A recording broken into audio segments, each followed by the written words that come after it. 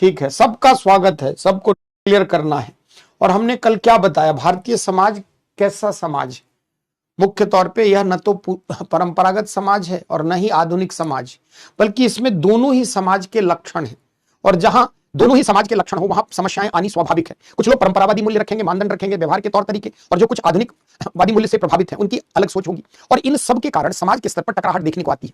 कई बार आपने देखा होगा, धर्म को लेकर, जाति को लेकर, प्रथा परंपरा को लेकर आए दिन झगड़ा, फसाद, दंगे, कुछ ना कुछ घटनाक्रम घटित होता ही रहता है।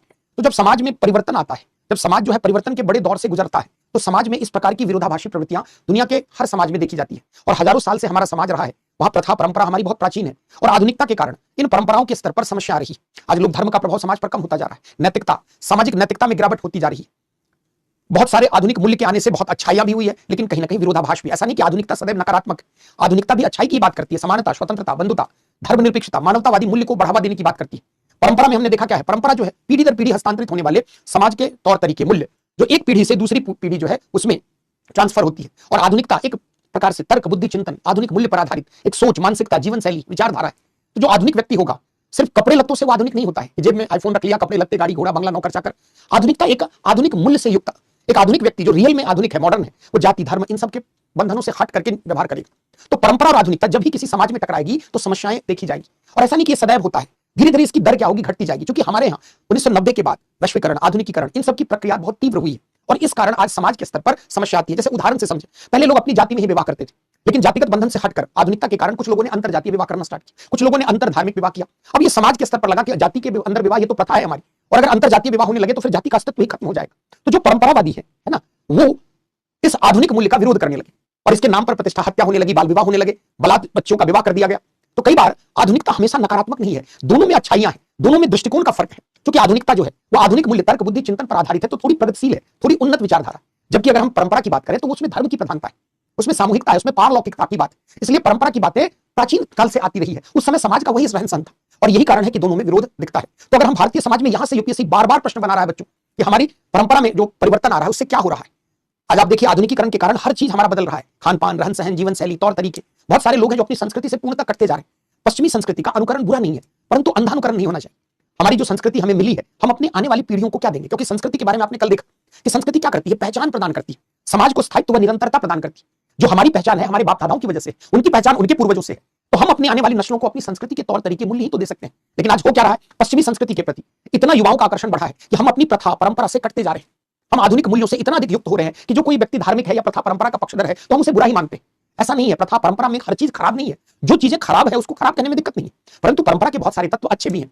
आज हम लोग एक हेडिंग बनाएंगे, भारतीय समाज की मुख्य विशेषताएं। हम लोग टॉपिक पढ़ रहे हैं, आज भारतीय समाज की आधारों को देखते हैं या मुख्य विशेषताओं को देखते हैं। तो एक हेडिंग बनाइए, भारतीय समाज की मुख्य विशेषताएं।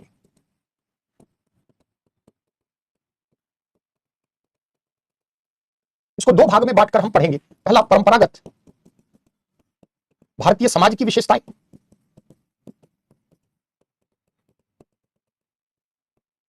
और दूसरा जो वर्तमान में आपको दिख रहा है, आधुनिक भारतीय समाज की मुख्य विशेषताएं। तो पहले पार्ट पे हम लोग परंपरागत भारतीय समाज की विशेषताओं की चर्चा करते हैं। तो अगर आप परंपरागत भारतीय समाज की बात करें तो यहां पर सदैव जो है वह धर्म की प्रधानता रही। क्या है धर्म? कल हमने आपको बताया, यह वर्ण व्यवस्था यहां पर आधारित समाज है। इन सब के बारे में हम लोग एक एक करके चर्चा करेंगे। यहां पुरुषार्थ एवं आश्रम व्यवस्था, यहां पर संयुक्त परिवार प्रणाली रही है। एक एक करके सबसे सवाल बन रहा है, विवाह को एक धार्मिक संस्कार के रूप में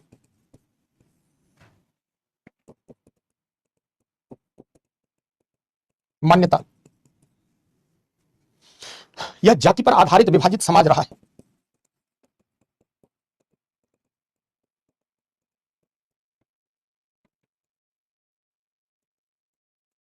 कृषि प्रधान ग्रामीण समाज की प्रमुखता, एक एक करके सबको डिस्कस करेंगे। एक ही है, अभी एक ही चलेगा भारतीय समाज की मुख्य विशेषताएं।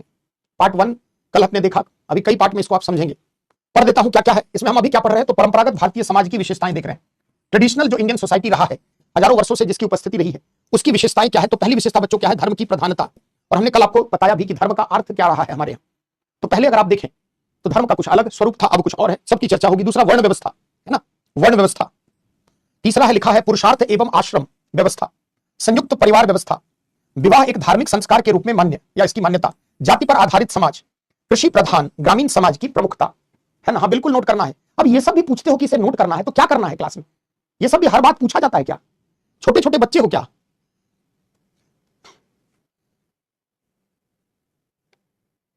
एक एक करके उठाते हैं सबको। पहले परंपरागत भारतीय समाज की विशेषता में फर्स्ट आपने कल देखा, थोड़ा उसको और देख लेते हैं। तो पहला क्या है? यहां पर धर्म की प्रधानता रही है। यह जो समाज रहा है वो सदैव हम क्या कहते हैं कि भारतीय समाज धर्म आधारित रहा है। यह जो समाज रहा है वो सदैव हम क्या कहते हैं कि भारतीय समाज धर्म आधारित रहा है, धर्म प्रधान या धर्म आधारित समाज रहा है। कालांतर में धर्म का अर्थ बदल गया। पहले धर्म क्या था? एक कर्तव्य पालन की व्यवस्था, है ना। धर्म क्या था? एक सामाजिक परिपाटी का स्वरूप था। पुरुषार्थ एवं आश्रम व्यवस्था तीसरे नंबर पर, मुमताज खान। संयुक्त परिवार व्यवस्था, विवाह एक धार्मिक संस्कार के रूप में, जाति पर आधारित समाज, कृषि प्रधान ग्रामीण समाज की प्रमुखता। लिखो रितु शर्मा, इतना धीरे मत लिखा करो, बोलते के साथ नोट करना स्टार्ट कर दो। धर्म की प्रधानता, वर्ण व्यवस्था, पुरुषार्थ एवं आश्रम क्या है समझोगे आगे, संयुक्त परिवार प्रणाली या व्यवस्था, विवाह को एक धार्मिक संस्कार के रूप में मान्यता, जाति पर आधारित समाज, कृषि प्रधान ग्रामीण समाज। अब देखिए भारतीय समाज मुख्यतः धर्म आधारित समाज रहा है। और धर्म का आरंभिक अर्थ कल आपने देखा कि धर्म क्या था? धार्यते इति धर्म, जिसे धारण किया जाए। और क्या धारण किया जाए? उच्च नैतिक गुण और मूल्य को धारण करना। सिर्फ धारण ही नहीं करना बल्कि सामाजिक व्यवहार करना। तो जब समाज में सभी कोई इस आधार पर व्यवहार करेंगे तो समाज में नैतिकता क्या होगी? बेहतर होगी। समाज में प्रेम, सहयोग, दया, परस्पर सहानुभूति अधिक दिखेगी। यानी समस्त समाज का आधार था। आधार था तो आप ऐसे समझें कि हमारा समाज जो है वो धर्म पर ही आधारित रहा है। धर्म के आधार पर ही हमारी संस्कृति डेवलप हुई, धर्म के आधार पर ही हमारी मूल्य व्यवस्था बनी है, धर्म के आधार पर ही हमारे यहाँ परिवार, धर्म के आधार पर ही हमारे यहाँ विवाह जैसी संस्था, धर्म के आधार पर ही राजनीतिक प्रणाली व्यवस्था। ये सब कहां से प्रेरित है? तो धर्म से। समाज में के जड़ में, आधार में धर्म था। ऐसी स्थिति में धर्म के कारण जो मूल्य थे वो कैसे मूल्य की प्रधानता थी? आध्यात्मिक मूल्य, सामूहिकता आधारित मूल्य, सबको साथ लेकर चलने की भावना, है ना, सामूहिकता आधारित मूल्य। संस्कृति हमारी कैसी थी? अगर आप देखें तो संस्कृति हमारी आध्यात्मिक संस्कृति थी। परिवार जो है उसमें कई पीढ़ी के लोग, क्योंकि धर्म यही कहता था कि पिता का ये धर्म है, बड़े भाई का ये धर्म है ना। तो संयुक्त परिवार व्यवस्था हमारे यहाँ थी। क्या है आगे आप डिटेल समझेंगे। कई पीढ़ी के लोग एक साथ इकट्ठा रहते थे। हमारे यहाँ विवाह जो है वह भी एक धार्मिक संस्कार के रूप में माना जाता था, क्योंकि विवाह में धर्म कर्म, पूजा पाठ, अनुष्ठान सब कुछ था। और विशेषकर यह हिंदू सामाजिक व्यवस्था की बात हो रही है। राजनीतिक व्यवस्था में भी ईश्वर का प्रतिनिधि माना जाता था राजा, पंच परमेश्वर। आपने सुना होगा कि पंच को भगवान माना जाता था। तो जो समाज का आधार ही अगर धर्म रहेगा तो समाज में नैतिकता बनी रहेगी। लोग सदैव उच्च नैतिक गुण और मूल्य से युक्त होकर व्यवहार करेंगे। इसका मतलब नहीं कि कोई व्यक्ति से हटकर नहीं, अधिकांश लोग। तो समाज के स्तर पर धर्म प्रधान होने के कारण धर्म ने बहुत सारी संस्था को भी जन्म दिया। जैसे विवाह जैसी संस्था आई तो उसमें भी धर्म का प्रभाव था। आगे आप समझेंगे विवाह को विच्छेदित, भंग नहीं किया जा सकता था। हिंदू विवाह में एक पीढ़ी की बात नहीं, 7 जन्मों की बात थी। विवाह विच्छेद हो ही नहीं सकता था, है ना। और ये जो है धर्म के कारण था। समाज के स्तर पर परिवार भी देखें तो परिवार कैसा है? अगर आप देखें तो परिवार भी जो है वह परिवार संयुक्त परिवार व्यवस्था थी, जिसमें कई पीढ़ी के लोग एक ही छत के नीचे निवास करते थे और साथ साथ जीवन यापन करते थे, है ना। राजनीतिक प्रणाली में भी राजा को लोग ईश्वर का प्रतिनिधि मानते थे, पंच परमेश्वर की धारणा थी। तो जब समाज का जड़ ही हिल जाएगा तो पूरी सामाजिक व्यवस्था क्या होगी? परिवर्तित हो जाएगी। आज आप देखिए कि पहले धर्म आधारित समाज था, आज वर्तमान में समाज के आधार के रूप में आर्थिक प्रणाली आ गई, आर्थिक व्यवस्था, बाजार आधारित व्यवस्था आ गई, बाजार आधारित व्यवस्था आ गई। अब इसके कारण क्या हो गया? मूल्य हमारे परिवर्तित हो गए। आज कैसे मूल्य की प्रधानता आ गई? व्यक्तिवादी, है ना, उपभोक्तावादी, उपभोक्तावादी मूल्य। समझो कि समाज में परिवर्तन कैसे आने लगा। संस्कृति, अब समाज का आधार धर्म नहीं रहा, धर्म के स्थान पर क्या आ गया? बाजार प्रणाली, आर्थिक व्यवस्था। तो संस्कृति हमारी कल तक आध्यात्मिक थी, आज हमारी संस्कृति कैसी हो गई? भौतिक।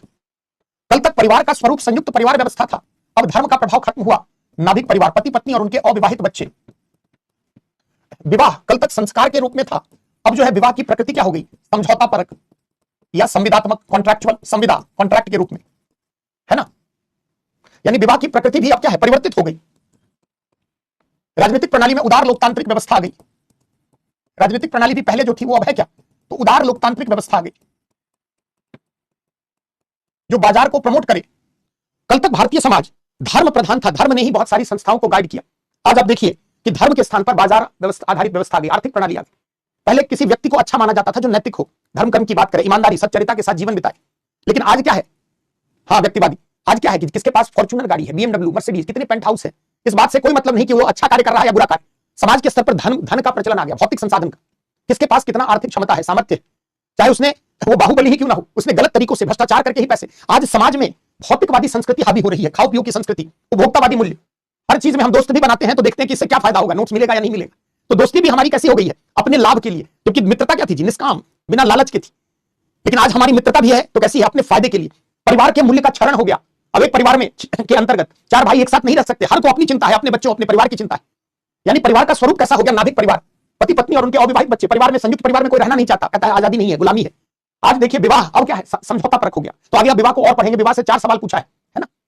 यानी बाजार आधारित अर्थव्यवस्था का प्रचलन बढ़ा है और उसके कारण समाज के स्तर पर बहुत सारी समस्याएं आ रही हैं। हमारा समाज सदैव कैसा था, धर्म आधारित, और धर्म ने सामाजिक नैतिकता को बनाए रखा। धर्म में हम क्या करते हैं, अच्छी बातें कहते हैं, और धर्म से दया, प्रेम, सहानुभूति, करुणा, इन सब की बातें धर्म में है। नैतिकता की बातें हैं, अच्छा बुरा, और इससे सामाजिक नैतिकता बनती है। तो नोट करिए 2-3 लाइन, बिना कमेंट के पहले नोट करिए, लिखिए। देखिए भारतीय समाज हेडिंग बनेगा धर्म की प्रधानता। कहां पर, परंपरागत भारतीय समाज की विशेषता। मेन हेडिंग, सब हेडिंग क्या है, धर्म की प्रधानता। देखिए परंपरागत भारतीय समाज धर्म आधारित समाज रहा है, जहां धर्म आधारित समाज रहा है, जहां धर्म ने सामाजिक नैतिकता, एकीकरण, सद्भाव, सामाजिक नैतिकता, एकीकरण, सद्भाव आदि को बढ़ाने का कार्य किया है। सामाजिक नैतिकता, सद्भाव, एकीकरण आदि को बढ़ाने का कार्य किया है। लंबे समय तक भारतीय समाज के बने रहने में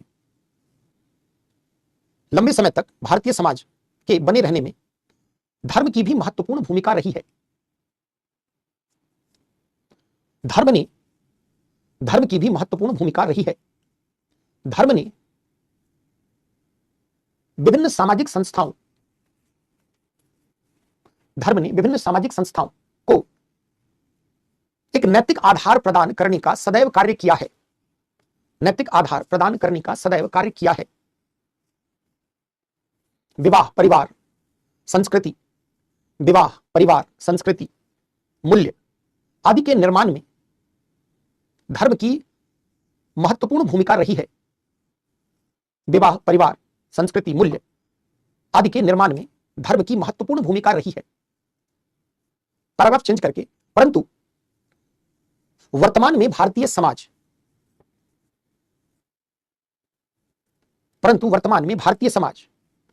में धर्म के स्थान पर आर्थिक प्रणाली की प्रमुखता है। धर्म के स्थान पर आर्थिक प्रणाली की प्रमुखता है, जिसके कारण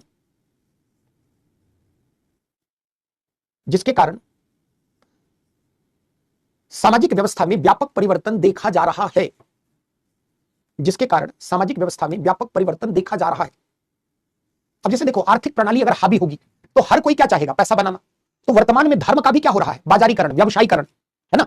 आज धार्मिक गुरु, बाबा, बहुत सारे धार्मिक संस्था, ट्रस्ट जो आध्यात्मिकता की बात कर रहे थे पहले, आज वो भी बाजार अर्थव्यवस्था के इस दौर में पैसा बनाने में लगे हुए, है ना। तो जो धर्म पहले आध्यात्मिकता की बात करता था, है ना, भौतिकता का निषेध करता था, धन संपत्ति संसाधन आदि नहीं चाहिए, सादा जीवन, उच्च विचार, ईश्वर की आराधना करो, अच्छे अच्छे कर्म करो, धर्म पहले ये कहता था। आज आप देखिए कि धर्म के स्वरूप में भी क्या गया, बदलाव आ गया। धर्म भी आर्थिक प्रणाली से क्या हो गया, प्रभावित हो गया। आज बाजार अर्थव्यवस्था ने धर्म का बाजारीकरण कर दिया है। हमारे धर्मगुरु बाबा, आज धर्म एक व्यवसाय के रूप में कन्वर्ट हो रहा है। जितने भी धर्म से जुड़े लोग हैं उसमें सभी ऐसे नहीं है, अधिकांश धर्म के जरिए लाभ लेने की ताक में रहते हैं। और अगर समाज के स्तर पर धर्म जैसी संस्था जो उसने समाज को लंबे समय तक बनाया, अगर उसी का पतन हो जाएगा, उसी का क्षरण हो जाएगा, तो समाज में विकृति तो आनी ही है। आज आप देख लें कि धर्म के नाम पर सद्भाव को समस्या आ रही है। धार्मिक द्वंद्व, हिंसा, संघर्ष, तनाव, दंगे फसाद, धर्म के नाम पर, धर्म का राजनीति में प्रयोग करके उसको भुनाने की कोशिश, वोटों के ध्रुवीकरण की राजनीति, धर्म के नाम पर धार्मिक गुरुओं द्वारा धर्म का बाजारीकरण, व्यवसायीकरण किया जा रहा है। तो अगर ये सब धर्म भी बाजार अर्थव्यवस्था के प्रभाव से अछूता नहीं रहा है, बाजार अर्थव्यवस्था ने धर्म को भी क्या किया है, अपनी आगोश में, अपने चपेट में लेने का कार्य किया है। और धर्म में जो गिरावट आई है उसके पीछे भी कारण आप समझें कि जीवन के हर क्षेत्र में भौतिकता हावी होती जा रही है। ऐसी स्थिति में धर्म भी उससे प्रभावित हो रहा है, और धर्म के क्षेत्र में अगर बदलाव होगा तो समाज के स्तर पर और बदलाव होगा। कल तक विवाह को लोग संस्कार, धार्मिक अनुष्ठान की तरह देखते थे, आज विवाह भी लाभ के लिए देखा जाता है ना। तो जब समाज के स्तर पर धर्म के प्रभाव में, है ना, कमी आएगी, धर्म का पतन होगा, क्षरण होगा, है ना, तो समस्या आएगी। सभी बाबा ऐसे थोड़े हैं निखिल मौर्य, कुछ धार्मिक संस्थाएं अच्छा भी कार्य कर रही है, बहुत सारी धार्मिक संस्थाएं जो अंतर्राष्ट्रीय मंच पर भारत के अध्यात्म का परचम लहरा रही है, जिससे हमारी अंतर्राष्ट्रीय स्तर पर हमारी प्रतिष्ठा भी बढ़ी है। हम कहते हैं कि भारत आध्यात्मिक गुरु है। अब देखिए इस्कॉन, सदगुरु, ब्रह्म कुमारी, ये सब बड़े बड़े संस्था हैं जो क्या कर रहे हैं, धर्म का एक संदर्भ में प्रचार प्रसार कर रहे हैं। सभी ऐसे नहीं है, लेकिन आज धर्म के नाम पर बाजारीकरण हो रहा है, इसे हम इनकार नहीं कर सकते। बहुत सारे मंदिर में वीआईपी एंट्री स्टार्ट हो गई है कि आपको दर्शन करना है तो 1500 रुपया कटाइए टिकट, 500 का कटाइए और आप वीआईपी दर्शन का लाभ लीजिए। सोचिए कि धार्मिक केंद्र में वीआईपी ट्रीटमेंट मिलना चाहिए क्या? आज भी बहुत अच्छे अच्छे लोग हैं जो अच्छा कार्य कर रहे हैं, बिल्कुल, लेकिन बाबाओं की छवि ऐसी बनी है, उसके पीछे कारण क्या है? समाज के स्तर पर बढ़ता हुआ अर्थ का प्रभाव।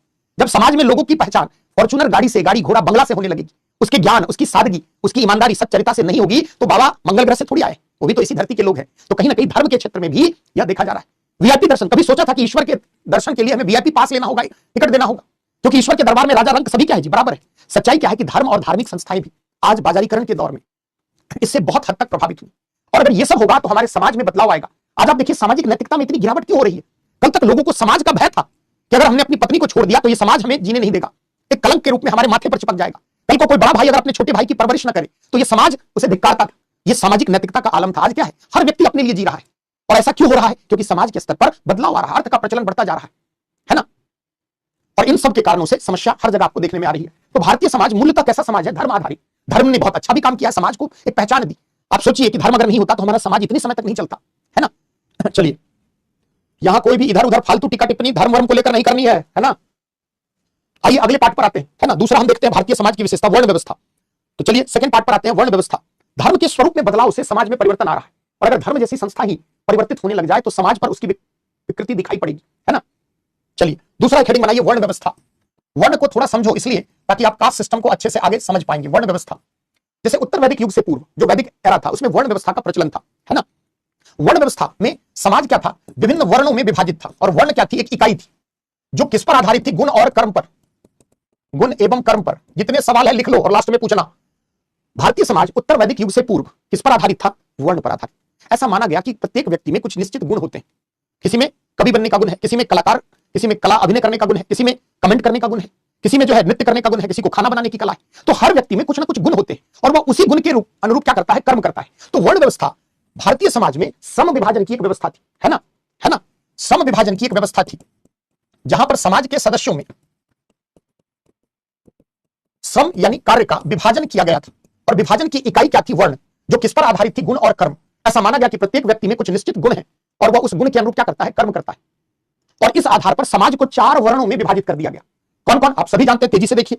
समाज में 4 वर्ण बने। कौन कौन? पहला ब्राह्मण, क्षत्रिय, वैश्य और शूद्र।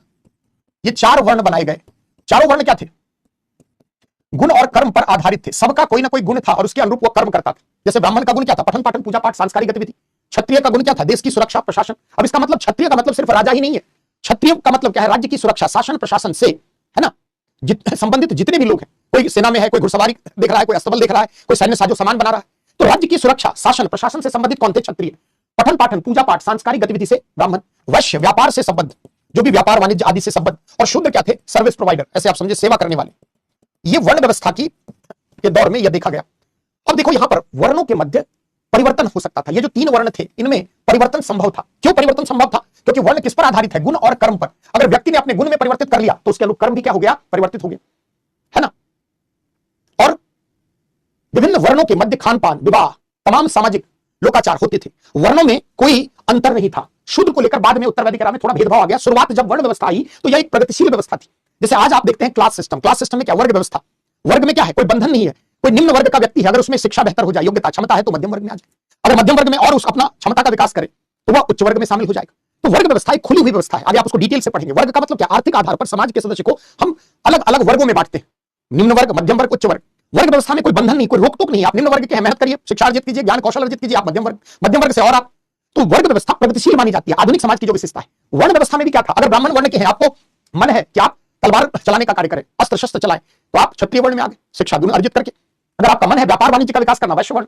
वैश्य है आपका मन हो तो आप ब्राह्मण बन सकते हैं। तो जो वर्ण व्यवस्था रही उसने समाज के स्तर पर बराबरी की बात की कि जिनमें क्षमता है, योग्यता है, वह उसके अनुरूप कार्य करे। और कालांतर में वर्ण व्यवस्था में विकृति आ गई। हर चीज में अच्छाई रहती है तो उसके पीछे बुराई भी रहती है। क्यों आ गई विकृति? थोड़ा इसको भी समझे। जैसे ब्राह्मण वर्ण के जो व्यक्ति थे, इनका क्या कार्य था जी? पूजा पाठ कराना, सांस्कृतिक गतिविधि, शिक्षा दीक्षा प्रदान करना, सांस्कृतिक गतिविधि, अब देखिए, चूंकि समाज कैसा था, धर्म आधारित था, है ना, समाज जो है वो धर्म आधारित था। आज भी आप गुरु को देखकर सम्मान करते हैं, हालांकि अब वो नहीं रहा बात, गुरु की बात इधर उधर हो जाए कोई फर्क नहीं पड़ता है, जो मन में आएगा वही करे। आज भी आप पंडित, पुरोहित, मौलवी को देखकर सम्मान का भाव रहता है। तो आज से हजारों वर्ष पूर्व जब वर्ण व्यवस्था आई थी, समाज धर्म आधारित था, तो इन वर्ण के लोगों का अधिक सम्मान हो रहा था, ब्राह्मण वर्ण का। लेकिन चूंकि वर्णों में क्या था, गतिशीलता थी, परिवर्तन था, कि क्षत्रिय ब्राह्मण बन सकता था, वैश्य ब्राह्मण बन सकता था। तो ब्राह्मण वर्ण के कुछ लोगों को क्या लगा कि हमारी तो प्रतिष्ठा ही खतरे में, कल को कोई भी क्षत्रिय आके ब्राह्मण बन जा रहा है, कल को वैश्य कोई भी आकर क्या हो जा रहा है, ब्राह्मण बन जा रहा है। तो उन्होंने उत्तर वैदिक एरा से एक साजिश की और वर्ण के स्थान पर जाति ला दी। कहा कि व्यवसाय फिक्स होगा, विवाह आपको अपने में ही करना होगा, खान पान के कुछ निश्चित नियम होंगे, है ना। दीपक परिहार, सुधर जाओ बेटा, है ना। जितने कमेंट 1 अरब लास्ट में, है ना, ज्यादा कमेंट करने से आदमी स्मार्ट नहीं हो जाता, 1 अरब सवाल लास्ट में पूछना, है ना। तो जो खान पान व्यवहार के तौर तरीके, उसको सब चीज को कास्ट में हमने बाद में क्या कर दिया, फिक्स कर दिया। जैसे आप देखिए, जब आगे जाति आप पढ़ेंगे तो जाति क्या कर दिया, सदस्यता गुण कर्म पर नहीं, वंशानुगत, जन्म के आधार पर, यानी जिस जाति में आपका जन्म हुआ आपके उसी के सदस्य हो गए। निश्चित व्यवसाय, यही आपको जीवन भर यही व्यवसाय करना है, यही आपको पेशा चुनना है। खान पान, सामाजिक जीवन के निश्चित नियम निर्धारित कर दिए गए, सामाजिक जीवन के नियम बना दिए गए कि कौन किसके साथ खान पान रखेगा। विवाह के नियम बना दिए गए कि अपनी ही जाति में विवाह करना है। और इन सबसे वर्ण व्यवस्था खत्म हो गई और वर्ण के स्थान पर उत्तर वैदिक पीरियड से क्या आ गया, उत्तर वैदिक युग से प्रचलन किसका हो गया, जाति का। तो वर्ण व्यवस्था प्रगतिशील व्यवस्था थी, है ना, जहां पर कोई भेदभाव नहीं था। शुरुआत में सभी वर्ण बराबर थे, धीरे धीरे हर चीज में विकृति आने लगती है, तो पहले शूद्रों को अछूत मानने लगा, बाद में क्या हुआ, ब्राह्मणों का वर्चस्व हो गया। और उन्होंने अपने प्रभुता समझते हो ना जी, अपना डोमिनेंस बनाए रखने के लिए क्या कर दिया, वर्ण को खत्म करके बंद समाज बना दिया, जाति आधारित, कि भैया जिस जाति में जन्म लोगे जीवन भर उसी जाति के रहोगे, चाहे कुछ कर लो, कितनी भी योग्यता क्षमता क्यों ना हो। व्यवसाय फिक्स होगा, हर जाति का एक निश्चित कार्य हो जाएगा। खान पान, सामाजिक व्यवहार के नियम होंगे, इसी प्रकार विवाह के भी नियम होंगे, अपनी ही जाति में विवाह करना। और वर्ण व्यवस्था खत्म हो गई। वर्ण व्यवस्था एक प्रगतिशील व्यवस्था रही, और जब तक वर्ण व्यवस्था एग्जिस्ट की, समाज का विकास होता रहा। लेकिन जैसे ही वर्ण के स्थान पर एक नकारात्मक इकाई आ गई, जाति, उससे हमारे समाज में गिरावट आना स्टार्ट हुआ। तो थोड़ा सा वर्ण व्यवस्था के बारे में 2-3 लाइन, है ना। अभी पढ़ाया है क्या जाति, जो सवाल करना स्टार्ट कर दिए, पहले वर्ण लिखो फिर जाति पढ़ाएंगे, तो दोनों में अंतर सब समझ जाओगे। लिखिए वर्ण व्यवस्था, देखिए परंपरागत भारतीय समाज, परंपरागत भारतीय समाज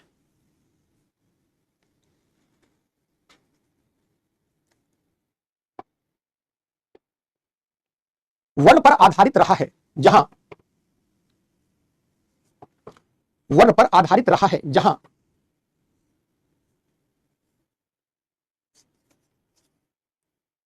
वर्णों के आधार पर समाज को 4 वर्णों में विभाजित किया गया,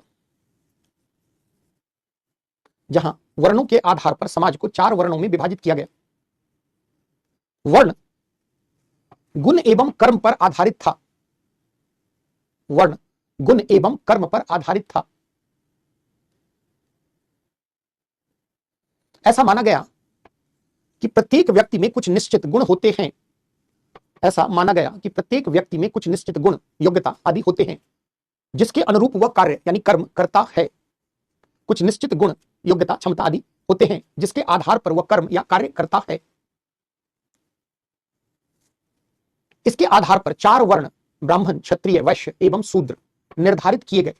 इसके आधार पर 4 वर्ण ब्राह्मण, क्षत्रिय, वैश्य एवं शूद्र निर्धारित किए गए, और प्रत्येक वर्ण के अनुरूप कार्य विभाजित किया गया, और प्रत्येक वर्ण के अनुरूप कार्य एवं दायित्व का विभाजन किया गया।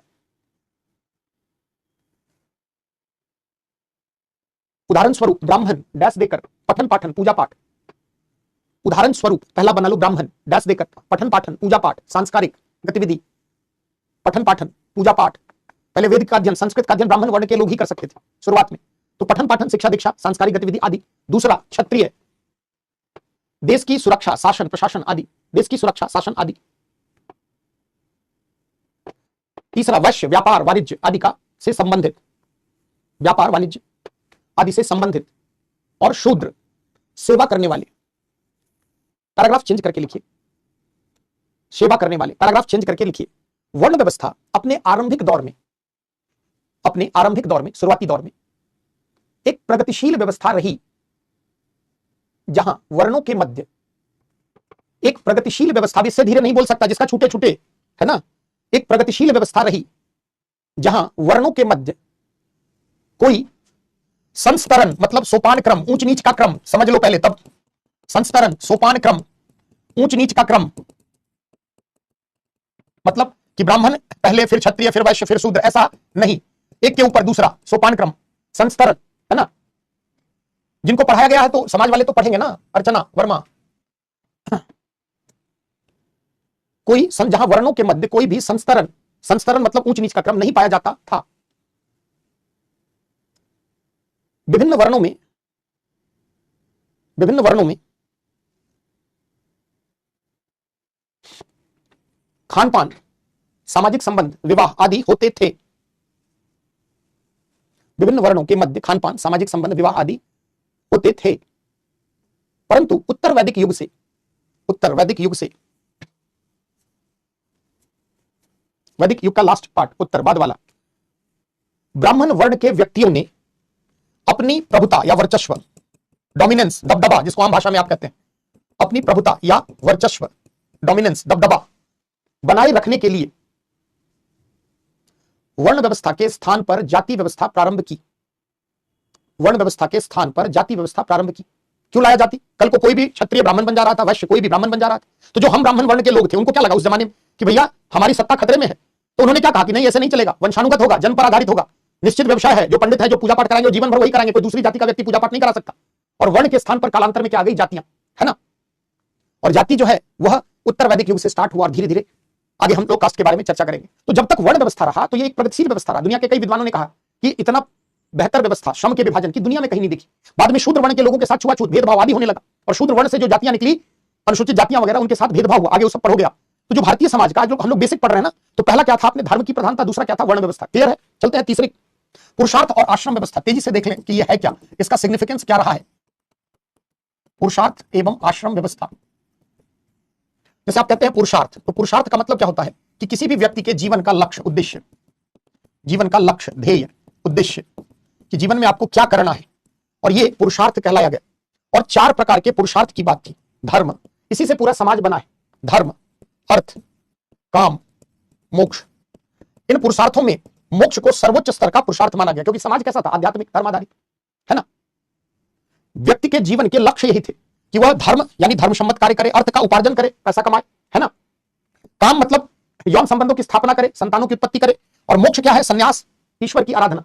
ये पुरुषार्थ जैसी व्यवस्था थी। कई बार हमें लगता है कि हम जीवन को किस दिशा में ले जाएं, तो पुरुषार्थ क्या करता था? आपके जीवन को अनुशासित करता था। यहां पर आप देखेंगे तो भौतिकता और आध्यात्मिकता के मध्य संतुलन दिखाई पड़ेगा। जैसे आप समझें कि धर्म और मोक्ष ये दोनों जो है वो आध्यात्मिकता की बात करते हैं, और अर्थ और काम, काम का मतलब यौन संबंध की स्थापना, अर्थ का मतलब व्यापार, ये जो है भौतिकवादी है, भौतिकता की बात करते हैं। तो पुरुषार्थ क्या था? जीवन का लक्ष्य था कि कोई व्यक्ति को कैसे जीवन चलाए रखना है। सोचो 5000 साल से अधिक हमारी सभ्यता ऐसे ही 2 दिन में नहीं बन गई। समाज का आधार ही क्या था? पुरुषार्थ। कि आपको धर्म कर्म करना है, अर्थ की सिद्धि, अर्थ मतलब पैसा कमाना है, रोजी रोटी, बच्चों का परवरिश कैसे करेंगे, काम, विवाह करना है, संतान की उत्पत्ति करनी है, और मोक्ष अंतिम में क्या करना है? ईश्वर की आराधना। मोक्ष का मतलब कि हर माया मोह अविद्या के बंधन से कट जाना है, क्योंकि समाज कैसा था? धर्म आधारित। आज का समाज तो था नहीं, तो आपको क्या करना है? जो भी माया मोह अविद्या, इन सबसे कट करके जंगल में ईश्वर की आराधना करनी, क्योंकि समाज ही कैसा था? आध्यात्मिक। इसी प्रकार अगर हम कहें आश्रम व्यवस्था, आश्रम व्यवस्था का अपना महत्व है। जैसे जीवन का उद्देश्य क्या था? पुरुषार्थ। और जीवन का चरण, स्टेजेस ऑफ लाइफ, जीवन का चरण जहां व्यक्ति को क्या करना है, आश्रम कहलाया गया। ऐसा माना गया। उस समय लोगों की आयु क्या थी? बहुत अधिक थी। अच्छा खाना खाते थे, अच्छा पर्यावरण था, सब कुछ। तो ऐसी स्थिति में आश्रम व्यवस्था में जीवन को 100 वर्ष का मानते हुए इसे 4 आश्रम में विभाजित कर दिया गया। पहला हम कहते हैं ब्रह्मचर्य, पहले 25 साल, है ना, आपको ब्रह्मचर्य आश्रम में रहना है। दूसरा गृहस्थ, अगले 25 साल, 26 से लेकर 50 वर्ष तक। तीसरा वानप्रस्थ, एक एक करके सबको समझ लो। और चौथा संन्यास, अगले 25 वर्ष 51 से 75, और अंतिम 25 वर्ष जीवन का यानी 76 से 100 आपको क्या करना है? इस संन्यास आश्रम से गुजरना है। ब्रह्मचर्य का मतलब पहले 25 साल आपको क्या करना है? शिक्षा अर्जित करना है ना। और आप इसके आधार पर अपना जो है जीवन चलाएंगे, यानी पहले 25 वर्ष जो है आपको शिक्षा अर्जित करनी है। उसके बाद आपको क्या करना है? ब्रह्मचर्य से गृहस्थ आश्रम में प्रवेश के लिए आपको संस्कार जीवन के एक चरण से दूसरे चरण में प्रवेश के वक्त किया गया कोई भी अनुष्ठान, क्रियाकलाप, धार्मिक, है ना, संस्कार, शुद्धिकरण की प्रक्रिया है ना। यानी ब्रह्मचर्य आश्रम से अगर गृहस्थ आश्रम में आना है तो आपको क्या करना होगा? विवाह संस्कार से गुजरना होगा। और हिंदू धर्म में ऐसी मान्यता है कि 16 संस्कार है ना। हमारे जन्म से पूर्व से लेकर जन्म के बाद तक, मृत्यु अंत्येष्टि अंतिम संस्कार है, विवाह भी संस्कार है। तो गृहस्थ आश्रम, एक चरण से दूसरे चरण के वक्त की गई कोई भी अनुष्ठानिक गतिविधि, पूजा पाठ, कर्मकांड, क्रियाकलाप, धार्मिक, क्या कहलाता है? संस्कार। और गृहस्थ आश्रम में प्रवेश करके संतान की उत्पत्ति, यौन संबंध की स्थापना, उनका सामाजिकरण करना है। उसके बाद अगले 25 वर्ष कोई व्यक्ति रातों रात जंगलों में नहीं जा सकता। माया मोह, परिवार, काम, वासना, ये सब व्यक्ति को घेरती है। ऐसी स्थिति में व्यक्ति को अगले 25 साल, देखो कितना साइंटिफिक बनाया गया कि अगर संन्यास रातों रात आप घर परिवार का कल जो है जंगल में हम चले जाएंगे, ऐसा नहीं होता है। तो वानप्रस्थ एक ऐसी आश्रम व्यवस्था बनाई गई जहां व्यक्ति धीरे धीरे किससे कटता है? घर परिवार से, सामाजिक कार्य करता है, धार्मिक क्रियाकलाप करता है, और संन्यास अंतिम अवस्था है ना, उपनयन, जनेऊ जिसको कहते हो, अलग अलग संस्कार है, सारे संस्कार जान के क्या करोगे, जो इंपॉर्टेंट संस्कार है विवाह उसकी चर्चा होगी। वानप्रस्थ का मतलब क्या होता है कि आप अगले 25 साल अपने को मानसिक रूप से तैयार करें। आप क्या करें, कोई सामाजिक कार्य करें, किसी की पुत्री के विवाह में मदद कर दे, कहीं मंदिर बना दे, कोई कुआं खुदवा दे, कोई ना कोई सामाजिक कार्य करें। अंतिम जीवन की अवस्था क्या है, संन्यास, सब कुछ छोड़ छाड़ के आपको जंगल में जाना है, तपस्या करनी है, ये आश्रम व्यवस्था का। अब देखो पुरुषार्थ और आश्रम, आज के समय में हमें इन सब बातों को सुनकर हंसी आती है, क्या बनाया गया था, लेकिन आज से 5000 साल पूर्व सोचिए कि जो भारतीय सामाजिक व्यवस्था बनाई गई उसको बड़े ही साइंटिफिक तरीके से बनाई गई है ना, कि पहले 25 साल पढ़ाई लिखाई करो, फिर शादी ब्याह करो, बाल बच्चे को जन्म दो, उसके बाद धीरे धीरे समाज घर परिवार से क्या हो कट जाओ, और अंतिम के 25 साल में आप तपस्या करो। क्यों? क्योंकि जीवन का अंतिम लक्ष्य क्या है, सर्वश्रेष्ठ लक्ष्य क्या है, मोक्ष। अब यहां पर भी आप देखोगे बच्चों, तो दो संस्कार जो है वह आध्यात्मिकता से रिलेटेड है, जैसे ब्रह्मचर्य और संन्यास, ये आध्यात्मिकता की बात करते हैं, ईश्वर की आराधना सिद्धि, और ये जो गृहस्थ और वानप्रस्थ है ये भौतिकता की बात करते हैं, सांसारिकता की बात करते हैं। तो जो भारतीय संस्कार है, वो भारतीय व्यवस्था जो है वह इतने सालों तक इसलिए चली क्योंकि यहां पर पुरुषार्थ और आश्रम जैसी व्यवस्था रही है। आज इन सब में बहुत परिवर्तन आ गया, आज कौन जाता है जी जंगलों में, लेकिन समाज को अनुशासित करने में, कब क्या कार्य करना है, कैसे सामाजिक व्यवस्था चलेगी, इसमें इन दोनों का बड़ा योगदान है। तो थोड़ा सा पुरुषार्थ और आश्रम व्यवस्था के बारे में दो लाइन नोट करिए, कमेंट कम करो, ये 10 लड़के जो है ना देख रहा हूं मैं, है ना।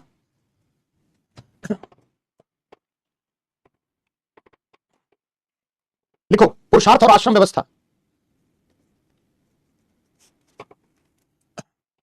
समाज में इथिक्स का भी, मूल्य का, सब है, या ऐसे ही नहीं, ये टॉपिक है, ये बहुत डायनेमिक टॉपिक है ना। देखिए पुरुषार्थ एवं आश्रम व्यवस्था,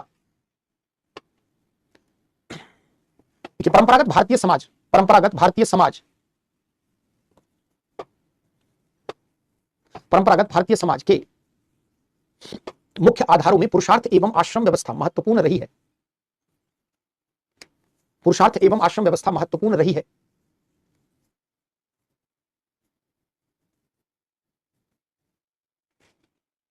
पुरुषार्थ जीवन के लक्ष्य को कहा जाता है, पुरुषार्थ जीवन के लक्ष्य या उद्देश्य को कहा जाता है, और पुरुषार्थ के 4 प्रकार धर्म अर्थ काम मोक्ष बताए गए हैं। पुरुषार्थ के 4 प्रकार धर्म अर्थ काम मोक्ष बताए गए हैं। इन सब में मोक्ष को सर्वोच्च स्तर का पुरुषार्थ माना गया है, इन सब में मोक्ष को सर्वोच्च स्तर का पुरुषार्थ माना गया है।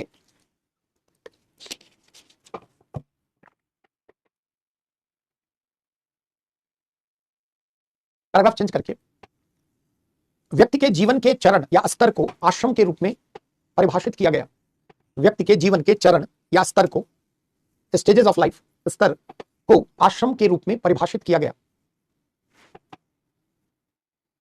व्यक्ति के जीवन के चरण या स्तर को आश्रम के रूप में परिभाषित किया गया। व्यक्ति के जीवन को 100 वर्षों का मानते हुए, व्यक्ति के जीवन को 100 वर्षों का मानते हुए उसे 25-25 वर्ष के, 100 वर्षों का मानते हुए उसे 25-25 वर्षों के 4 कालखंडों में विभाजित किया गया, 25-25 वर्ष के 4 कालखंड टाइम फ्रेम में विभाजित किया गया, और उसके अनुरूप कर्तव्य एवं दायित्वों का आवंटन किया गया। 25-25 वर्ष के 4 कालखंडों में विभाजित किया गया और उसके अनुरूप कर्तव्यों एवं दायित्वों का बंटवारा आवंटन किया गया। ये 4 आश्रम निम्न हैं, 4 आश्रम निम्न हैं। पहला ब्रह्मचर्य, दूसरा गृहस्थ, तीसरा वानप्रस्थ, और अंतिम संन्यास। लिखा हुआ बोर्ड पे, ब्रह्मचर्य, गृहस्थ, वानप्रस्थ और संन्यास। तो ब्रह्मचर्य में क्या किया जाता था, पठन पाठन, पढ़ाई लिखाई, अगले 25 वर्ष विवाह, संतानों का जन्म, लालन पालन, उसके बाद धीरे धीरे घर परिवार से कटना, समाज के लिए कार्य करना, और अंत में जंगलों में जाकर तपस्या करना। लिखिए पैराग्राफ चेंज करके, आश्रम एवं पुरुषार्थ जैसी, आश्रम एवं पुरुषार्थ जैसी संकल्पना ने, आश्रम एवं पुरुषार्थ जैसी संकल्पना ने भारतीय समाज के सदस्यों को अनुशासित करने, भारतीय समाज के सदस्यों को अनुशासित करने एवं सामाजिक नैतिकता बनाए रखने में, अनुशासित करने में एवं सामाजिक नैतिकता बनाए रखने में महत्वपूर्ण योगदान दिया, महत्वपूर्ण योगदान दिया। जैसे देखो एक प्रश्न देखो जो पूछा गया है, आपको आइडिया लगेगा प्रश्न से। देखिए एक सवाल पूछा है यूपीएससी ने, देखिए भारतीय समाज पारंपरिक सामाजिक मूल्यों में निरंतरता, कंटिन्यूटी कैसे बनाए रखता है। जो हमारे परंपरागत मूल्य हैं सामाजिक मूल्य है उसकी कंटिन्यूटी कैसे बनी रहती है, इसके कई उदाहरण हैं। उसमें से एक यह भी है पुरुषार्थ, आश्रम, विवाह को धार्मिक संस्कार के रूप में मानना, है ना, संयुक्त परिवार व्यवस्था। यह सब भारतीय समाज का परंपरागत आधार है जो आज से नहीं पहले से ही आ रहा है। इसमें परिवर्तन भी आया है, लेकिन आज भी लोग जीवन के शुरुआत में क्या करते हैं, पठन पाठन पढ़ाई लिखाई। माना कि आप ब्रह्मचर्य गृहस्थ वानप्रस्थ संन्यास नहीं है, लेकिन आज भी आप लोगों को जीवन शैली को अगर आप गौर करें घर परिवार में तो देखिए होता क्या है। पहले 25 साल पढ़ाई लिखाई करते हैं, अगले 25 साल शादी ब्याह बाल बच्चे तमाम। आप देखेंगे जैसे ही 50 होते लोगों का, चाहे कितना भी व्यक्ति भौतिकवादी क्यों ना हो, थोड़ा जीवन में ठहराव आना स्टार्ट होता है। आप आस्था चैनल वगैरह, ईश्वर की आराधना, धर्म कर्म में कहीं ना कहीं लिप्त होने लगते हैं और जीवन के अंतिम चरण में जाते जाते, माना कि आप जंगल में नहीं जाते, लेकिन घर परिवार में ही अधिक व्यक्ति धार्मिक होता चला जाता है, सभी नहीं अधिकतर। तो सोचो आज 21वीं सदी में भी लोग इस प्रकार का आचरण करते हैं। जो हमारे परंपरागत, ये क्या है जी, परंपरागत सामाजिक मूल्य के रूप में रहा है, आश्रम, पुरुषार्थ, संयुक्त परिवार, विवाह, धार्मिक संस्कार, परंपरागत त्योहार, आपके सामाजिक मूल्य। त्योहार क्या करते हैं, त्योहार के जरिए आप अपनी प्रथा परंपरा को क्या करते हैं, रिफ्रेश करते हैं। दिवाली का त्योहार किस लिए आया, उसके पीछे जो भी बातें थी, है ना, कहीं ना कहीं हम दिवाली मनाकर इतिहास को जोड़ते हैं। अभी विजयादशमी, दशहरा बीता, बुराई पर सच्चाई की जीत, आप सबने व्हाट्सएप फॉरवर्ड किया। इसी बहाने कहीं ना कहीं आपने माना कि आप धार्मिक बहुत नहीं बने, लेकिन धर्म से, रामायण से, राम और रावण के युद्ध से कुछ तो प्रेरणा आपको मिली होगी। आप ईश्वर में विश्वास करें या ना करें, तो जो परंपरागत त्योहार हैं वो हमारे सामाजिक मूल्य को पुनर्जीवित करते हैं। आप त्योहारों में मिलते एक दूसरे से चर्चा करते हैं, सामाजिक सद्भाव बढ़ता है। प्रथा परंपरा, विवाह उत्सव में क्या होता है, 10 लोग जमा होते हैं और विवाह को संस्कार के रूप में मनाकर हम अपनी प्रथा परंपरा को दोहराते हैं। हमारी भारतीय समाज में जो पारंपरिक सामाजिक मूल्य है उसमें कंटिन्यूटी बनी रहती है। आगे देखिए क्या कर रहा है, इनमें होने वाला परिवर्तन का विवरण दीजिए। परिवर्तन भी बहुत कुछ आ गया है। संयुक्त परिवार व्यवस्था जो है कमजोर हो रही है, विवाह के संस्कार खत्म हो रहे हैं, पक्ष आश्रम पुरुषार्थ जैसी व्यवस्था कमजोर हो रही है ना। तो आश्रम और पुरुषार्थ ने समाज को योगदान दिया है महत्वपूर्ण। तो हमने देखा धर्म की प्रधानता, वर्ण। चलते हैं पहले विवाह को एक धार्मिक संस्कार, क्योंकि संस्कार की चर्चा चली है तो पहले अगले पॉइंट में लिखिए, हेडिंग बनाइए, 3rd 4th, विवाह एक धार्मिक संस्कार के रूप में। विवाह एक धार्मिक संस्कार के रूप में। अब देखो यहां से कितने सवाल बने हैं। अधिक प्रचलित रही है भारतीय समाज में और आगे भी यहां से सवाल बनता रहेगा। पहले क्वेश्चन देखो तब आपको समझ में आएगा। देखिए प्रश्न क्या पूछ रहा है, जैसे देखिए 2023 10 नंबर का सवाल, क्या आप सोचते हैं कि आधुनिक भारत में विवाह एक संस्कार के रूप में अपना मूल्य होता जा रहा है? चर्चा कीजिए। समान सामाजिक आर्थिक पक्ष वाली जातियों के मध्य अंतर जातीय विवाह कुछ हद तक बढ़े हैं, किंतु अंतर धार्मिक विवाह के बारे में यह कथन सही नहीं है।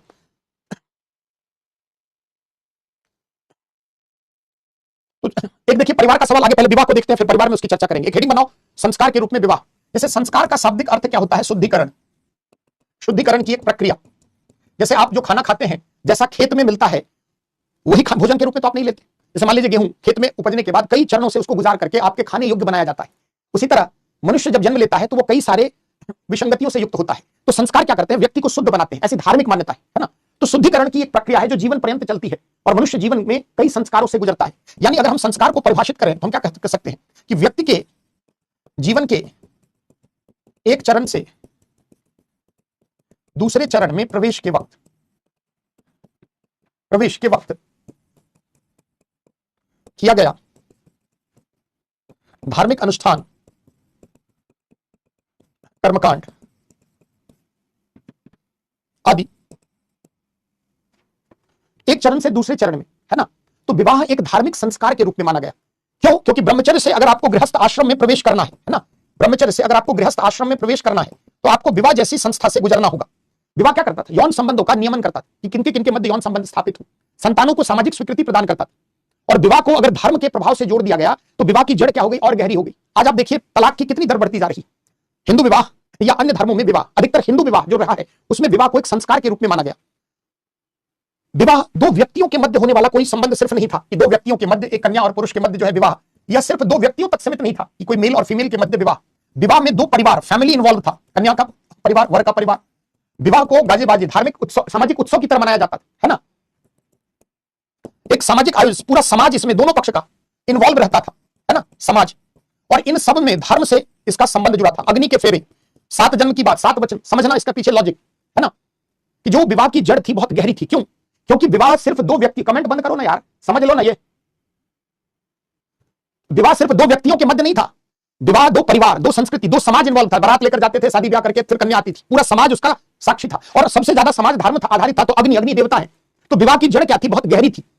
लोग विवाह को एक बंधन के, धार्मिक बंधन के रूप में मानते थे। आप पत्नी को क्या कहते, धर्म पत्नी, सहगामिनी, भार्या, सहचारिणी, ये सब नाम क्यों दिया गया, सह धर्म पत्नी, आइए मिली हमारी धर्म पत्नी से। लोग ऐसा क्यों कहते थे? क्योंकि विवाह का उद्देश्य व्यापक था। तो जो विवाह है उसकी जड़ बहुत गहरी होती थी। आपने ऐसे बहुत सारे जोड़े देखे होंगे पुराने जमाने में जिसमें हस्बैंड और वाइफ में बहुत अंतर रहा होगा। पति बहुत पढ़ा लिखा, पत्नी कम पढ़ी लिखी, पति बहुत सुंदर, पत्नी कुरूप, या पत्नी बहुत सुंदर, पति कुरूप, पति बहुत लंबा, पत्नी की हाइट कम, लेकिन उन्होंने अपने दाम्पत्य जीवन को निभाया है ना, उन्होंने अपने दाम्पत्य जीवन को निभाया है। आज आप देखिए कि विवाह होता नहीं है और तलाक तक होने की स्थिति बन जाती है। क्यों? क्योंकि विवाह के धार्मिक पक्ष क्या हो गए, खत्म हो गए। विवाह बेहद ही अब निजी मसला तक रह गया। कल तक विवाह में समाज इन्वॉल्व था, आज आप देखिए बढ़ती हुई court marriage, extra marital affairs, विवाह को लेकर घरेलू हिंसा, दहेज, तमाम चीजें आज इन्वॉल्व क्यों हो गई? क्योंकि विवाह का धार्मिक पक्ष क्या हो गया, कमजोर हो गया। कल तक विवाह एक संस्कार की भांति था, आज वह संस्कार नहीं रहा, है ना। आज क्या है, दो व्यक्ति मिलते हैं, 4 मुलाकात में सब कुछ अच्छा लगने लगता है ना। कोई परिवार, कोई समाज इन्वॉल्व है नहीं, मेरी लाइफ का मैटर है, मैं जो सोचूं ठीक है।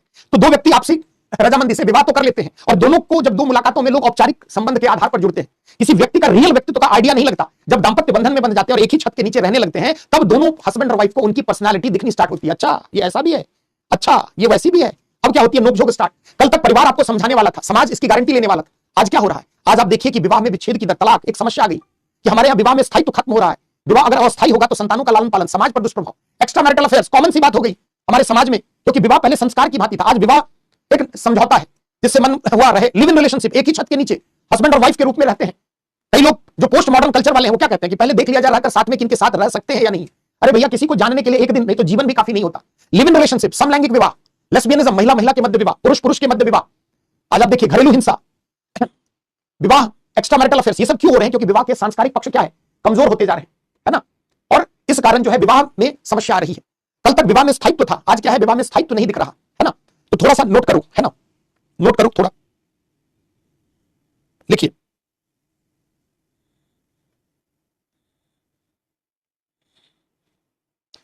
भारतीय समाज में विवाह को एक संस्कार के रूप में देखा गया, माना गया।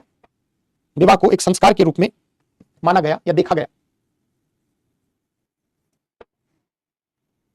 सामान्य अर्थ में संस्कार का आशय शुद्धिकरण से है, शुद्धिकरण की प्रक्रिया से है।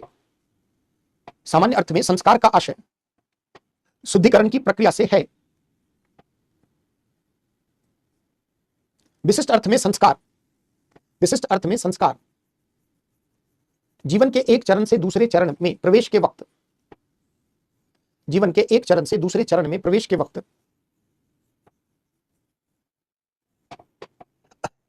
की गई कोई भी धार्मिक क्रियाकलाप, अनुष्ठान, कर्मकांड आदि है। कोई भी धार्मिक क्रियाकलाप, अनुष्ठान, कर्मकांड आदि है। हिंदू धर्म में 16 संस्कार की चर्चा है, जिसमें से विवाह एक प्रमुख संस्कार है। हिंदू धर्म में 16 संस्कार की चर्चा है, जिसमें से विवाह एक प्रमुख संस्कार है। हिंदू विवाह के 3 उद्देश्य बताए गए। जैसे देखिए, हिंदू विवाह के 3 उद्देश्य बताए गए। हिंदू विवाह के उद्देश्य, पहला उद्देश्य कहा गया धर्म, यानी धार्मिक क्रियाकलाप के लिए पति या पत्नी दोनों की उपयोगिता। धर्म, प्रजा का मतलब हुआ संतान की उत्पत्ति, जन्म, और रति का मतलब होता है सेक्सुअल प्लेजर, यौन इच्छा की पूर्ति। धर्म का मतलब धार्मिक क्रियाकलाप के लिए पति या पत्नी की आवश्यकता, तो जो हिंदू विवाह जो है उसके 3 उद्देश्य रहे। धार्मिक क्रियाकलापों के लिए पति या पत्नी की आवश्यकता, दूसरा क्या है, प्रजा, संतान की उत्पत्ति, और तीसरा क्या है, रति, यौन संबंधों की स्थापना। आज विवाह के संस्कारात्मक पक्ष कमजोर होने लगे, उसके पीछे कारण क्या है? यूपीएससी यही पूछ रहा है कि विवाह के संस्कारात्मक पक्ष क्या कमजोर हो रहे हैं? बिल्कुल हो रहे हैं। क्यों ऐसा हो रहा है, इसके पीछे कारण क्या है ना। तो हम उसके बारे में चर्चा करते हैं। तो क्या लिखा आपने कि हिंदू विवाह के निम्न उद्देश्य बताए गए। पहला धर्म लिख दिया है, धार्मिक क्रियाकलापों के लिए पति या पत्नी की आवश्यकता, है ना। दूसरा प्रजा, संतान की उत्पत्ति, प्रजा मतलब संतान की उत्पत्ति, और तीसरा रति मतलब यौन इच्छा की पूर्ति। पैराग्राफ चेंज करके लिखिए, वर्तमान में विवाह के क्षेत्र में आए नवीन बदलाव ने इसके संस्कारात्मक पक्ष को कमजोर किया है, जिसके निम्न कारण हैं। संस्कारात्मक पक्ष को कमजोर किया है, जिसके निम्न कारण हैं। क्या क्या कारण आपको लगता है कि विवाह के सांस्कारिक पक्ष कमजोर हो गए? पहली बात क्या है कि हिंदू विवाह कानून आप देखिए कि हमारे विवाह के संस्कारात्मक पक्ष कमजोर होने के निम्न कारण। पहला, विवाह से संबंधित कानून, सामाजिक विधान कानून, जैसे हिंदू विवाह अधिनियम में समझौता परक बना दिया गया, यानी कल तक विवाह क्या था, स्थायी था, है ना, विवाह को संस्कार के रूप में माना जाता था, विवाह विच्छेद नहीं था। लेकिन हिंदू विवाह कानून आता है, जैसे विशेष विवाह अधिनियम और हिंदू विवाह अधिनियम 1954, विशेष विवाह अधिनियम और हिंदू विवाह अधिनियम 1955, वो हिंदू में तलाक जैसी व्यवस्था हिंदू विवाह में लाता है। तो जो सामाजिक विधान है ना, चाहे आप कहें विशेष विवाह अधिनियम 1954 या हिंदू विवाह अधिनियम 1955, तो सामाजिक विधान ऐसे बन गए कि सामाजिक विधान का मतलब ही क्या हो गया, अब विवाह संस्कार नहीं है, समझौता परक है। जब भी विवाह को भंग किया जा सकता है, विच्छेदित किया जा सकता है। कल तक क्या था, सप्तपदी, 7 फेरे 7 जन्म, तो हिंदू विवाह में स्थायित्व था, क्योंकि संस्कार के रूप में था। जैसे ही विवाह से संबंधित सामाजिक विधान बने, अब यह संस्कार से हटकर इसकी प्रकृति क्या हो गई, समझौता परक। तुमने क्या लिखा कि विवाह से संबंधित सामाजिक विधान के कारण विवाह संस्कार के स्थान पर समझौता परक या संविदात्मक। अब आप सोचिए, जिसे भंग नहीं किया जा सकता, अब वो क्या है, भंग हो सकता है। कल तक संस्कार था, अब है क्या, नहीं है। यानी जो विवाह से संबंधित हमारे यहां संस्कार के रूप में प्रचलित था, वो अब नहीं। और क्या कारण है कि विवाह के सांस्कारिक पक्ष, तो दूसरे पॉइंट में हम क्या लिख सकते हैं कि समाज के स्तर पर धर्म के प्रभाव में कमी, धर्म के प्रभाव में कमी। पहले विवाह को संस्कार मानते थे क्योंकि धर्म से प्रेरित था, अब क्या है कि समाज के स्तर पर अब धर्म का प्रभाव प्रचलन क्या हो रहा है, कम हो रहा है धर्म के। और धर्म ने सदियों तक क्या किया, विवाह को संस्कार के रूप में संजोए रखा, लेकिन अब समाज के स्तर पर ही धर्म का प्रभाव क्या है, कम हो रहा है। संस्कारात्मक पक्ष कमजोर होने के पीछे क्या है, जैसे विवाह से संबंधित विवाह विच्छेद या तलाक की बढ़ती घटनाएं, विवाह विच्छेद या तलाक की बढ़ती घटनाएं, विवाह से संबंधित विवाह विच्छेद। पहले डाइवोर्स नहीं ले सकते थे, लेकिन सामाजिक विधान आने से क्या हुआ, समझौता परक नेचर भी बना। दूसरा क्या हो गया कि विवाह विच्छेद आज क्या है, बढ़ती जा रही है, तो विवाह को लोग संस्कार ही नहीं मान। कई बार विवाह के बंधन को लोग निभाते थे, है ना, पति पत्नी में सामंजस्य न होने के बावजूद भी समाज का दबाव था, तो सामाजिक नैतिकता थी कि आप अपनी पत्नी के साथ रहे, चाहे कितनी भी समस्या क्यों ना हो। लेकिन आज सामाजिक नैतिकता में गिरावट, एक बड़ा कारण इसका यह भी है कि सामाजिक नैतिकता का क्षरण या गिरावट, सामाजिक नैतिकता में गिरावट। विवाहेतर संबंध, विवाहेतर संबंध, extra marital affairs, extra marital affairs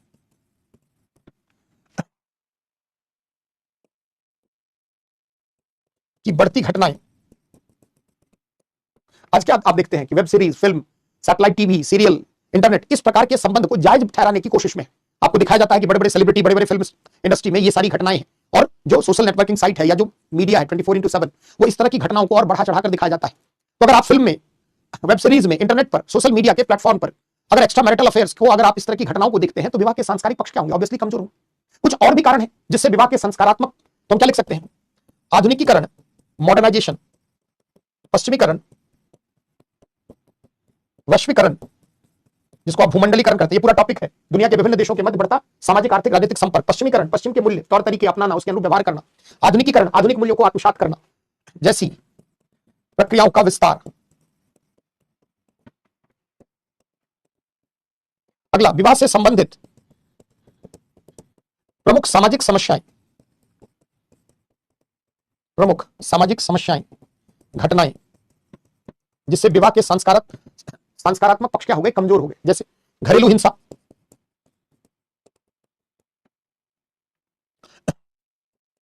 तलाक की बढ़ती दर,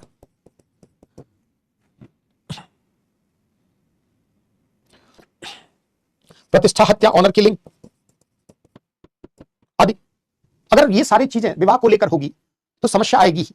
तो जो पहले समाज में लंबे समय तक विवाह जैसी संस्था रही, समाज में स्थायित्व दिखा, उसके पीछे कारण यह था कि विवाह जैसी संस्था के बने रहने से संतानों के लालन पालन, सामाजिकरण, सामाजिक नैतिकता में एक मदद मिली। लेकिन आज क्या है कि विवाह के संस्कारात्मक पक्ष कमजोर हो। तो इसका मतलब क्या कि विवाह समझौता परक सही नहीं है? बिल्कुल वो भी सही है। आज आधुनिक जीवन में कई लोग कॉन्ट्रैक्चुअल मैरिज, अच्छी भी बात है कि जबरन किसी विवाह के बंधन में बंधे रहना भी सही नहीं है। अगर विवाह जैसे बंधन में बनकर पति या पत्नी दोनों के मध्य आपसी रजामंदी नहीं है, सहमति नहीं है, तो तलाक भी जायज है। लेकिन आज के जमाने में तलाक की बढ़ती हुई दर यह बता रही है कि विवाह के संस्कारात्मक पक्ष क्या है, दिनों दिन कमजोर होते जा रहे हैं। सदियों से पुरुषों के अधीन महिलाएं रही, तो पुरुषों ने अपने वर्चस्व के आधार पर महिलाओं को सदा अपने अधीन बनाए रखा। लेकिन जैसे जैसे नारी सशक्तिकरण, जैसे जैसे महिलाओं की शिक्षा, ज्ञान, जागरूकता का विकास हुआ, महिलाएं जैसे जैसे रोजगार के क्षेत्र में आगे बढ़ी, अब वो पुरुषों के अधीन नहीं है। ऐसी स्थिति में आर्थिक रूप से वो स्वयं जो है स्वतंत्र है, तो पुरुषों पर आर्थिक रूप से निर्भरता क्या है, वो कम गई। और ऐसी स्थिति में आर्थिक निर्भरता के कम होने के कारण आज पुरुषवादी मानसिकता और महिला दोनों के अहंग समझते हैं, ईगो क्लास, और इस कारण विवाह के संस्कारात्मक पक्ष क्या है, कमजोर हो रहे। ध्यान रखना, किसी भी समाज के लिए विवाह और परिवार ये सब मौलिक संस्थाएं हैं, और अगर इन संस्थाओं के स्तर पर अगर समस्या आएगी तो उससे पूरा सामाजिक जीवन प्रभावित होगा। तो विवाह के संस्कारात्मक पक्ष क्यों कमजोर, जैसे और कुछ नए पक्ष भी आ गए, हम इसमें और भी लिख सकते हैं, जैसे समलैंगिक विवाह है ना, समलैंगिक विवाह को वैधानिक मान्यता, कानूनी मान्यता, वैधानिक या कानूनी मान्यता प्रदान किए जाने की मांग, जैसे एलजीबीटी, आगे हम लोग और भी कई जगह पढ़ेंगे, लेस्बियनिज्म, महिला महिला के मध्य विवाह। दुनिया के 32-33 देश हैं जहां इस प्रकार के विवाह को कानूनी मान्यता प्रदान की गई है। मतलब यदि कोई दो महिलाएं आपसी सहमति से विवाह करती हैं तो उसको कानूनी मान्यता रहेगी। भारत में भी इस प्रकार के समलैंगिक विवाह या सेम सेक्स मैरिज की मांग हाल के वर्षों में बढ़ती रही है। 2 वर्ष पूर्व आपने देखा कि सर्वोच्च न्यायालय में एक लंबी जिरह तक हुई जिसमें समलैंगिक विवाह को कानूनी मान्यता प्रदान करने की मांग पर बहस चली। जो समलैंगिक विवाह है यह पश्चिम के मूल्य से प्रभावित है, उत्तर आधुनिकता के बाद का मूल्य है ना। जो भारतीय समाज है वो हमारा परंपरागत समाज रहा है। वैसी स्थिति में अगर समलैंगिक विवाह को कानूनी मान्यता प्रदान की जाए तो उससे समस्याएं भी आएंगी, यह हमारे समाज और संस्कृति के लिए अनुरूप नहीं है, उचित नहीं है। अगर मान लीजिए कि समलैंगिक महिला महिला के मध्य विवाह को कानूनी मान्यता प्रदान की जाए तो उससे समाज के संचालन में समस्या आ जाएगी, संतानों की उत्पत्ति को लेकर, समाज के स्तर पर नैतिकता को लेकर समस्या आएगी। आज आप देखिए दुनिया के कई विकसित देशों ने क्या किया है, समलैंगिक विवाह को कानूनी मान्यता, वो अपने सामाजिक सांस्कृतिक परिवेश के अनुरूप अगर इसे स्वीकार रहे हैं तो इसमें गलत नहीं है। परंतु भारतीय समाज न तो यह परंपरागत समाज है न तो आधुनिक समाज, ये दोनों के मध्य झूल रहा है, संक्रमण के दौर से गुजर रहा है। और वहां अगर लेस्बियनिज्म या महिला महिला के मध्य विवाह को कानूनी मान्यता प्रदान की जाएगी तो उससे अच्छाइयां कम और बुराइयां अधिक देखी जाएगी। आज आप देखिए बहुत सारे एलजीबीटी राइट के समर्थक लोग क्या चिल्ला रहे हैं कि इस प्रकार के विवाह को कानूनी मान्यता प्रदान की जाए। परंतु अगर इस प्रकार के विवाह को कानूनी मान्यता प्रदान कर दी जाएगी तो विवाह का संस्कारात्मक पक्ष पूर्णतः क्या है, खत्म हो जाएगा। तो विवाह का समझौता परक जो पक्ष है, संविदात्मक, ऐसा नहीं कि वो बुरा है, वो भी अच्छा है। अगर दो व्यक्ति आपसी सहमति के साथ विवाह रहते हैं, जाति धर्म के बंधनों से मुक्त होकर विवाह करें तो इसमें खराबी क्या है। लेकिन विवाह जैसी संस्था की आड़ में वैवाहिक बलात्कार, घरेलू हिंसा, प्रतिष्ठा हत्या, कन्या भ्रूण हत्या, ये तमाम चीजें अगर होगी, तलाक की बढ़ती हुई दर, तो यह विवाह के जैसी संस्था के स्थायित्व को नुकसान पहुंचाएगी। तो यहां से प्रश्न बन रहा है और आगे भी बनता रहेगा कि जैसे पूछ सकता है कि भारतीय समाज में विवाह के स्वरूप में आए नवीन परिवर्तनों की चर्चा करें, क्या परिवर्तन आया है विवाह के स्वरूप में, तो हम लोग एक बार उस पर भी लास्ट में चर्चा कर लेते हैं, है ना, कि विवाह के स्वरूप में आया नवीन परिवर्तन, विवाह के स्वरूप में आया नवीन परिवर्तन, बदलाव।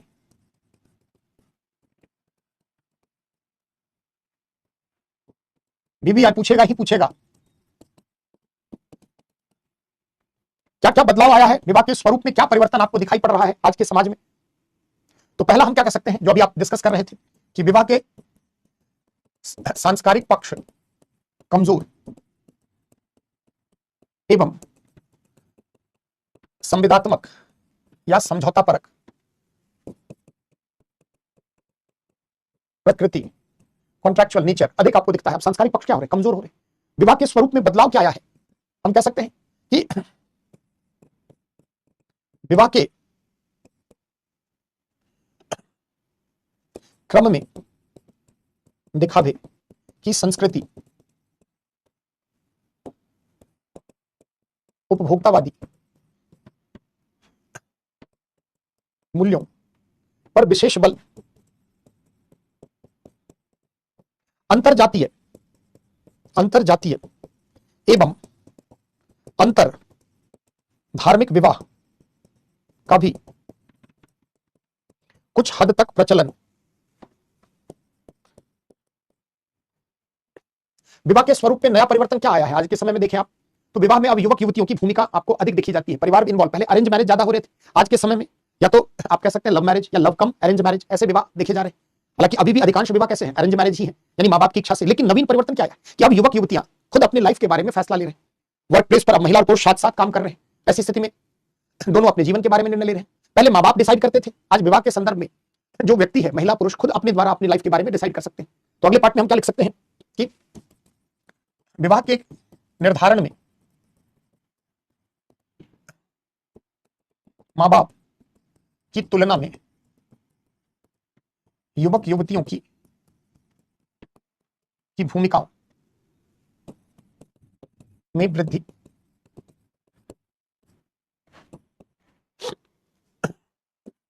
विवाह के नए नए स्वरूपों की उपस्थिति, जैसे हम कह सकते हैं लिव इन रिलेशनशिप। महानगरों में व्यक्ति एक ही छत के नीचे कपल के रूप में हस्बैंड और वाइफ की तरह बिना विवाह के बंधन में बंधे लोग रहते हैं। तो लिव इन रिलेशनशिप एक मॉडर्न सोसाइटी का पार्ट है और आज हमारे समाज में हर जगह नहीं बल्कि महानगरों में यह धीरे धीरे लोकप्रिय भी हुआ है। और इसको भी लोकप्रियता कैसे मिली है, आर्थिक उदारीकरण के दौर में, भूमंडलीकरण के दौर में, सूचना संचार क्रांति के कारण, सिनेमा, फिल्म, वेब सीरीज, तमाम तो लिव इन रिलेशनशिप का मतलब क्या है कि बिना विवाह जैसी संस्था से गुजरे हुए किसी महिला और पुरुष का पति पत्नी के रूप में एक ही छत के नीचे रहना। दो व्यक्ति, उनको लगता है कि अगर उनकी आपसी सहमति है तो इसमें कोई जरूरी नहीं कि हम समाज की भी स्वीकृति ले। तो कई बार उत्तर आधुनिक सोच के कारण, कई बार अधिक बौद्धिकता तार्किकता के विकास के कारण, कई बार अधिक शिक्षा के कारण व्यक्ति जो है आत्म केंद्रित हो जाता है।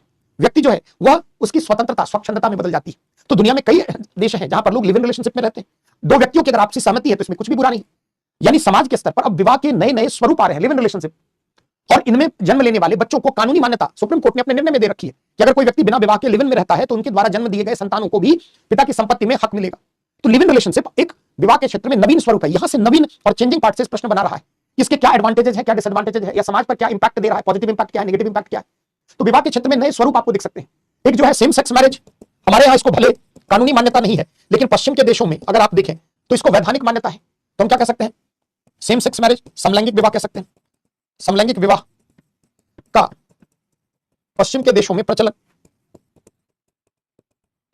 एक और विवाह में आपको नया ट्रेंड क्या दिखेगा कि आज विवाह जो है, लोग अपने करियर को, अपनी शिक्षा को, अपने जीवन की गुणवत्ता को, अपने जीवन को बेहतर बनाने के लिए लेट मैरिजेस हो रहे हैं, अधिक उम्र में विवाह। पहले हमारे समाज में बाल विवाह एक समस्या थी। आज के समय में महानगरों में विलंबित विवाह, लेट मैरिज के कारण बहुत सारी समस्या भी आपको देखने को आएगी। आज आप देखेंगे बड़े बड़े नगरों, महानगरों में आईवीएफ क्लिनिक है ना, संतान उत्पत्ति को लेकर समस्या, क्योंकि अधिक उम्र में विवाह के कारण व्यक्ति की प्रजनन क्षमता पर प्रभाव पड़ता है और इससे समाज के स्तर पर एक समस्या भी आती है। पश्चिम के देशों में विलंबित विवाह के कारण जो फर्टिलिटी रेट है वो बहुत गिरा है। तो अगर भारत में भी हाल के वर्षों में, पिछले 1-2 दशकों में आप देखेंगे कि पहले हमारे यहाँ 18 से 20-21 साल के मध्य विवाह अधिकतर हो जाते थे। आज हमारे यहाँ भी विवाह का एक औसत आयु जो है महिलाओं का भी बढ़ा है। ये अच्छी बात है कि शिक्षा को इससे प्राथमिकता मिलेगी, करियर पर अधिक फोकस कर पाएंगे, कहीं ना कहीं उनका विकास अधिक होगा। लेकिन इसकी कुछ समस्याएं भी आ रही है, खास करके अधिक उम्र में विवाह के कारण सामंजस्य को लेकर भी समस्या आती है। पति और पत्नी बहुत ज्यादा मैच्योर हो जाने के बाद, बहुत ज्यादा अनुभव, मैच्योरिटी आने के बाद भी समस्या होती है। संतान की उत्पत्ति को लेकर, एडजस्टमेंट को लेकर समस्या है ना, क्योंकि व्यक्ति जो है वो आत्म केंद्रित हो जाता है, व्यक्तिवादी। तो कहीं ना कहीं विवाह की आड़ में भी व्यक्ति अपनी व्यक्तिगत हित को वरीयता देता है और इस कारण से समस्या आती है।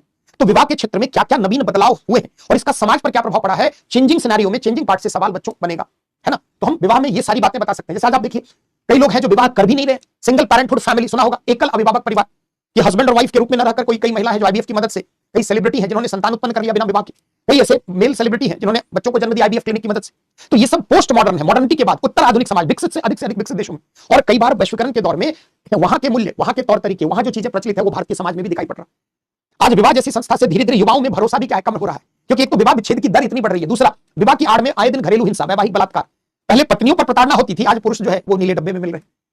आज पुरुष आयोग की मांग हो रही है। आज आपने देखा होगा ऐसे बहुत सारे वीडियो हाल के वर्षों में कि विवाह की आड़ में सिर्फ महिलाएं, पत्नियां ही प्रताड़ित नहीं हो रही, तो पुरुष भी जो है वह इस प्रताड़ना का दंश झेल रहे हैं, शिकार हो रहे हैं। जागो पुरुषों जागो। कई लोगों का विवाह जैसे, खास करके युवा, इनका विवाह जैसी संस्था से मोह भंग हो रहा है कि विवाह करना ही बेकार है। अगर आपको सामाजिक जीवन जीना है, अगर आपको इस समाज में रहना है, तो कुछ समाज के तौर तरीके हैं। आपकी इच्छा करे ना करे वो अलग बात। अगर हर व्यक्ति यही सोचने लगे विवाह करना ही नहीं है, तो पूरे समाज के विकास का पहिया ही क्या हो जाएगा, अवरुद्ध हो जाएगा। तो वर्तमान में विवाह को लेकर एक नकारात्मक प्रवृत्ति भी दिखी है।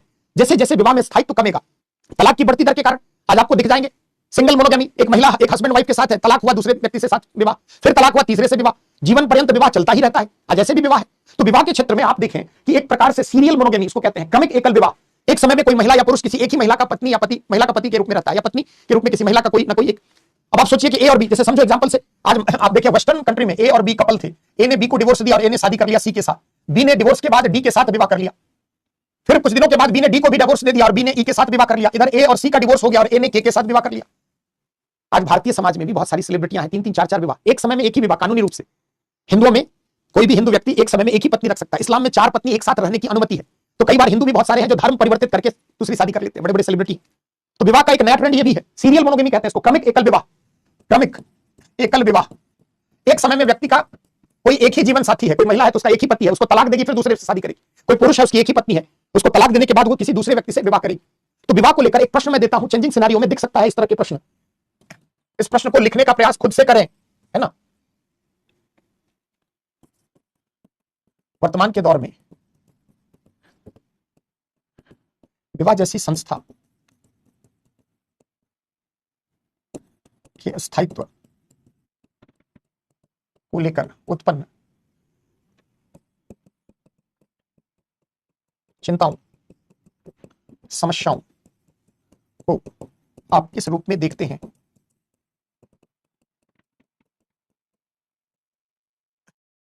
इसका भारतीय समाज पर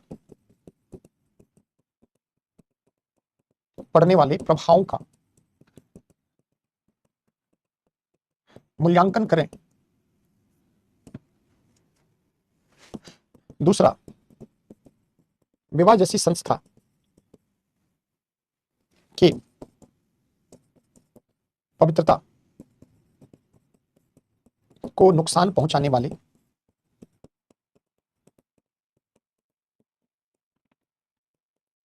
जिम्मेदार कारणों चर्चा करते हुए इसके समाज पर प्रभाव को स्पष्ट करें। तो भारतीय समाज की विवाह एक मौलिक संस्था है, महत्वपूर्ण संस्था है, और अगर इसमें कोई परिवर्तन आता है तो उससे समस्या आएगी, है ना। तो आज हमने परंपरागत समाज में की विशेषताओं में क्या क्या देखा बच्चों, है ना। हमने धर्म की प्रधानता देखी, पुरुषार्थ संस्कार के बारे में चर्चा की, आश्रम व्यवस्था के बारे में, वर्ण के बारे में, और विवाह एक धार्मिक संस्कार के रूप में हमने देखा। अब अगली क्लास में हम लोग संयुक्त परिवार देखेंगे, है ना, और सब बातों पर चर्चा करेंगे। किसी के मन में जेन्युइन डाउट है तो पूछो, फालतू सवाल इधर उधर की नहीं पूछनी। जो आज की क्लास से संबंधित जितने डाउट्स हैं अंत में आप पूछ लीजिए, जिनके जेन्युइन डाउट है, जिनको कोई डाउट नहीं है, थैंक यू वेरी मच, शुभरात्रि, गुड नाइट, बहुत बहुत धन्यवाद। अगर कोई सवाल जेन्युइन है तो पूछिए, है ना। कोई भी सवाल, ये जो 2 सवाल दिया है इसको लिखने का प्रैक्टिस करें, है ना। संस्कार किसे कहते हैं? लिखवाया परिभाषा। सो रहे थे क्या तुम?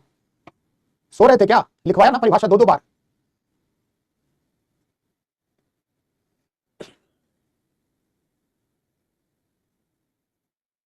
चलिए, बहुत बहुत धन्यवाद। जिनको कोई सवाल जनरली, क्यों कंट्राडिक्शन हो रहा है? जो चल रहा है वो आपको लिखना है, यहाँ पर इथिक्स यहाँ नहीं पढ़ना है, जो हो रहा है वो आपको लिखना है। विवाह में नैतिकता को बढ़ावा कैसे दिया जाए, क्या प्रयास, यही तो प्रश्न दिया है आपको, पहले लिखिए। तो चेंजिंग पॉजिटिव और नेगेटिव दोनों है ना। चेंजिंग एस्पेक्ट में पॉजिटिव भी है और नेगेटिव भी। अंतर जाति अंतर धार्मिक विवाह नेगेटिव थोड़ी है, किसी की मर्जी के साथ जो है। कल से परमानेंट कमेंट ऑफ करेंगे, है ना। ये जो 10 बच्चे हैं ना, इनके साथ आप लोग सभी थैंक यू करिए, है ना। इनको यही काम है, फालतू इधर उधर। अगर चेंज आया है तो उससे अच्छी बात, कुछ अच्छाइयां भी है और कुछ समस्याएं भी। जैसे कल तक अपने ही जाति में विवाह करो, अपने ही धर्म में कोई ऐसा है जिसकी मर्जी, तो आज उत्तर आधुनिकता का दौर है, प्रगतिशील समाज है, कोई जरूरी है क्या? विवाह में अपनी सहमति चाहिए, तो ये अच्छी बात है। 2 व्यक्ति अगर अपनी रजामंदी से करें तो दहेज का समस्या ही नहीं, तो बहुत सारी अच्छाइयां भी है। नहीं, विवाह निभाने की जिम्मेदारी किसने कह दिया कि केवल वुमेन पर वुमेन पे होनी चाहिए? महिला और पुरुष दोनों की जिम्मेदारी है। हाँ, कराएंगे परमानेंट, चिंता न करो आशुतोष, लग गए हैं। पुरुषार्थ और आश्रम व्यवस्थाएं महिलाओं के लिए भी बहुत, सभी पुरुषार्थ नहीं थे, कुछ अधिकतर थे। हाँ, सुप्रीम कोर्ट के जजमेंट आगे बताएंगे आपको। जहां मुझे नहीं पता, आपसे विरोधाभास कहीं पायल, ऐसा नहीं है विरोधाभास, दोनों की प्रकृति अलग है, दोनों की विषय वस्तु अलग है। एनसीईआरटी पढ़ोगे तो अच्छा रहेगा। हाँ, संस्कारात्मक पक्ष में दहेज लिखा भी तो है बोर्ड पे, समस्याएं बहुत सारी है। हाँ, फैमिली शामिल है तो ठीक है, अच्छी बात है। सहअस्तित्व मतलब साथ साथ रहना, साथ साथ साथ देखा जाना, रहना। घटना और प्रघटना में कोई अंतर नहीं, एक ही है। ठीक है, बोल दूंगा लाइव टेस्ट के लिए, ठीक है। सुप्रीम कोर्ट की जजमेंट लिख सकते हैं, आगे आएगा, अभी तो कल पढ़ेंगे विवाह से रिलेटेड कुछ सामाजिक समस्याएं, है ना, जैसे प्रतिष्ठा हत्या, वैवाहिक बलात्कार। शांत रहोगे तो बहुत कुछ मिलेगा। हाँ, परिवेश पुरुष समाज पर भी आघात कर रहा है। कास्ट सिस्टम अभी निकिता ठाकुर पढ़ाया है, जो सवाल पूछ रही हो, जब पढ़ाएंगे तो पूछना। हाँ, समलैंगिक बिल्कुल कर सकते हैं, क्योंकि पुरुष प्रधान समाज था, पितृसत्तात्मक समाज था, तो अधिकांश चीजें पुरुषों पर लागू होता था। आदित्य, चलिए, कोई सवाल नहीं, शुभरात्रि, बहुत बहुत धन्यवाद, है ना। कंसंट्रेशन कैसे बनाए रखें, गंभीरता को समझना होगा थोड़ा, अपने आप को आप समझिए कि किस तैयारी में आप जुड़े हुए हैं। कई बार कंसंट्रेशन इसलिए भी नहीं बनता कि बेसिक कंसेप्ट नहीं है। थोड़ा मेडिटेशन करिए, योगा करिए, कंसेप्ट क्लियर करके तब पढ़िए।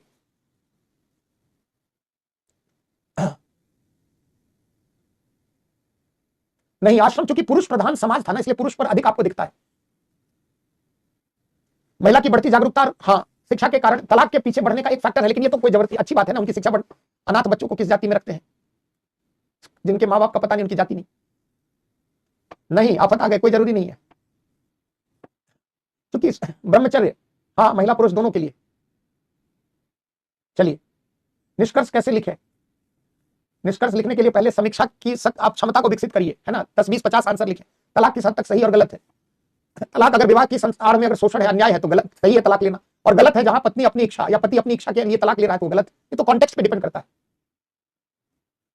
तो मन में सवाल क्यों नहीं आते? क्योंकि दिमाग पे जोर कम डालते हो अरुण। चलिए, कल अभी समाज की विशेषताएं चल रहा है टॉपिक, पार्ट 1, पार्ट 2, पार्ट 3, है ना। वर्ण व्यवस्था नहीं होता तो कुछ और होता, लेकिन वर्ण व्यवस्था अच्छा था ना। चलिए, नहीं, कोई जरूरी नहीं है कि डाउट नहीं है तो सीरियस। धर्म क्या है? धर्म कल भी पढ़ाया है, देखो जाकर। नहीं, कॉन्वेंट व्यवस्था अलग, वो सिर्फ शिक्षा से संबंधित है ना। वो सिर्फ शिक्षा से संबंधित है। चलिए बहुत बहुत धन्यवाद बच्चों। चलिए वैवाहिक बलात्कार, अभिषेक विश्वकर्मा कल समझाएंगे, प्रतिष्ठा हत्या और ये सब, है ना, विवाह से संबंधित कुछ समसामयिक मुद्दे, है ना। नहीं, मुस्लिम समुदाय में सिर्फ पुरुष की पत्नी 4 हो सकती है, महिला को यह आजादी नहीं है। चलिए बहुत बहुत धन्यवाद, शुभ रात्रि, thank you very much. Comment बाजो, सावधान हो जाओ नहीं तो परमानेंट ब्लॉक हो गए, चैट भी ऑफ रहेगा फिर।